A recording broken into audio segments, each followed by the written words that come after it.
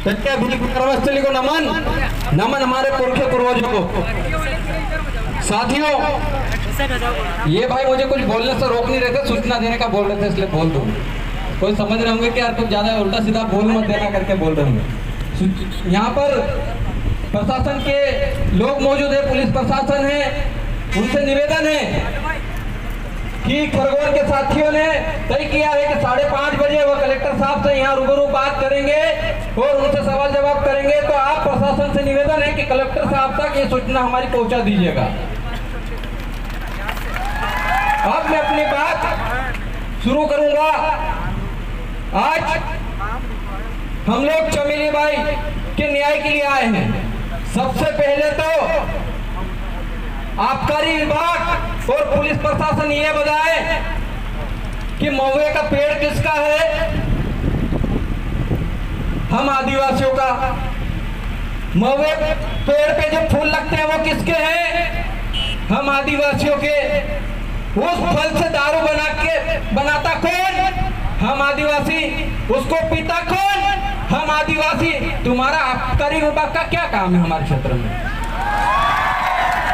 भाई आपका कोई हक नहीं है उस फल पे, उस पेड़ पे। तो आपने चमेली बाई का 34(2) का मुकदमा दर्ज कैसे किया? ये प्रशासन के लोग बताइए, आबकारी विभाग के लोग बताइए। हम बार बार मंच से कहते हैं, मुझसे पूर्व वक्ता रामदेव भाई ने कहा, महाराष्ट्र के साथी आए थे, उन्होंने कहा कि आदिवासियों पर सीआरपीसी आईपीसी की कोई भी धारा लागू नहीं होती है। ये खुद सीआरपीसी आईपीसी के सेक्शन 5 में उनकी बुक में लिखा और फिर भी आदिवासियों को जबरन जेलों में ठूसा जा रहा है क्योंकि आप लोग पढ़ नहीं रहे हो। आप लोगों को बार बार कहा सीआरपीसी आईपीसी की बुक उठाओ, उसका सेक्शन 5 पढ़ लेना, बाकी पूरी बुक को छोड़ देना, रद्दी है वो, हमारे कोई काम की नहीं है। और यहाँ के कलेक्टर ने 144 लगा दी कल। उनको वो शायद मसूरी से सही ढंग से ट्रेनिंग लेकर नहीं आए। उनको पता होना चाहिए था, उनको पता होना चाहिए था कि उनसे 100 नंबर बड़े 244 वाले लोग आदिवासी लोग हैं। उसका उनका 144 उनके तक 244 का पावर आदिवासियों का पावर है। ये चीज आपको समझने की जरूरत है। और चमेली बाई के साथ और उनकी बेटी के साथ जिन लोगों ने भी ज्यादती की, प्रताड़ित किया, उनको सजा मिली जानी चाहिए। नहीं तो रामदेव भाई ने कह दिया 1 घंटे के लिए टंटा मामा बन गए ना, सिर्फ 1 घंटा। हम बनना नहीं चाहते, हम संवैधानिक बात करना चाहते, इसलिए आपको बार बार याद दिला रहे हैं। आप ट्रेन से करके नहीं आए तो मसूरी जाइए, 244 आदिवासियों का अधिकार पढ़ के आइए, फिर आदिवासी क्षेत्र में नौकरी करना। आप हमारे एरिया के नौकर हैं और इस देश का मूल मालिक आदिवासी है। ये सुप्रीम कोर्ट का जजमेंट कहता है। उस जजमेंट के बारे में भाई ने बता दिया, मैं पूरा नहीं बताऊंगा। अब डाउनलोड कर लेना और पढ़ लेना, सभी के कॉपी निकाल के घर रख लेना। जिस दिन भी ये पुलिस प्रशासन के लोग आए, उनको बता देना कि सीआरपीसी आईपीसी अगर लागू होती तभी लगाना, नहीं लागू होती तो लगाओगे तो देशद्रोह का मुकदमा तुम पे भी चलवा देंगे। इतना पावर हम में भी है। और सबसे ज्यादा दुख इस बात का होता है, इन चीजों के बारे में हमको पहले ही पता हो जाना चाहिए था।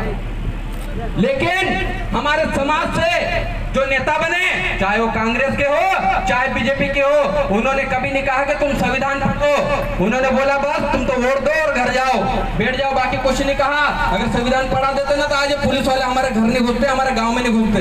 आज भी हमारी काकड़ होती है, काकड़ के अंदर जिसको हम लोग सीमा, गांव की सीमा कहते हैं, उसके अंदर किसी भी सरकारी व्यक्ति का पावर नहीं है, वहाँ ग्राम सभा का पावर चलता है। लेकिन इसके बावजूद भी वो लोग अंदर आ रहे हैं क्योंकि हमारी कमजोरी के हम पढ़े नहीं। जिस दिन कानून की किताबें उनके सामने कर दे, पीछे गाड़ी घुमा के वापस चले जाएंगे।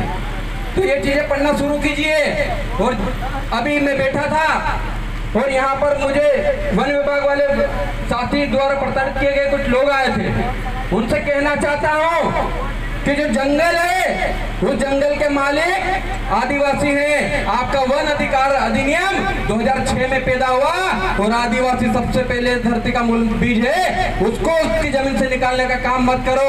अभी कसरावद में 3 दिन पहले एक आदिवासी भाई को फॉरेस्ट विभाग ने नोटिस दिया मैं वन विभाग से पूछना चाहता हूं कि उन्होंने नोटिस किस आधार पर दिया? आपको आदिवासी को संरक्षण और सुरक्षा की जिम्मेदारी दी गई है, ना कि उसको उसकी जमीन से बेदखल करने का कहा गया है। इसके बावजूद अगर बेदखली की जाती है और आज देखो वो भाई अपनी जान गवा दिया, वो जान आत्मसम्मान में गवाया कि मेरी झोपड़ी को गिरा देंगे, उनकी झोपड़ी को खत्म कर देंगे। आप लोग जाग जाइए, वरना ये लोग अभी धीरे धीरे आदिवासी को खत्म करने पर लगे हैं। आदिवासी खुद पता नहीं कहां कौन से धर्म में जाने को घुसा हुआ है और दूसरे लोग आदिवासी बनने पर तुले हुए, क्योंकि उनको पता है कि आदिवासी इस देश का मालिक है। जिस दिन भी आदिवासी जाग गया उस दिन इन 92% लोगों को उनके मादरे वतन वापस भिजवा देंगे। इन चीजों को समझिए। हम कहीं हवा में बातें नहीं कर रहे, जितना सुप्रीम कोर्ट कहता है, जितना संविधान कहता है, उसी पे बात करते हैं। और आज भी प्रशासन आज के कार्यक्रम में अगर किसी को के ऊपर भी FIR करता है, 144 उल्लंघन की धारा लगाता है, तो याद रखना जो धारा लगाएगा, जो विवेचना करेगा, उसको हम लोग सुप्रीम कोर्ट में घसीट देंगे और देशद्रोह का मुकदमा अब हम लोग लगवाएंगे। क्योंकि पहले हम लोग नहीं पढ़ते, लेकिन अब पढ़ना लिखना शुरू कर दिया है। हम भी टंटे बिल की औलाद हैं, उनके विचार दिमाग में भी है, दिल में भी है, बस हाथों से कलम को चला रहे हैं। उन टंटे बिल के छोड़े हुए हथियारों को नहीं चला रहे हैं। आज भी घर में है, चलाना हम भूले नहीं, आज भी चला सकते हैं और आज भी उखाड़ के फेंक सकते हैं। इतना ही कहूंगा। आज जिस चमेली बाई के न्याय के लिए आए, उसे न्याय दिला के रहेंगे। खरगोन के साथ लगातार उस चीज पे लगे हुए। हम जब मनावर थे वहां पर हमको बताया तो हम लोगों ने कहा गलत हुआ है, और गलत जहां पर होता है वहां समाज की एकता दिखनी चाहिए। आज समाज की एकता दिख रही है, बहुत बड़ी ताकत है। आप सभी क्रांतिकारी साथियों को जोहार, जिंदाबाद, जय आदिवासी। लड़ेंगे लड़ेंगे, आदिवासी एकता जिंदाबाद जिंदाबाद जिंदाबाद, आदिवासी एकता जिंदाबाद। जिंदाबाद जिंदाबाद। बहुत बहुत धन्यवाद। अगले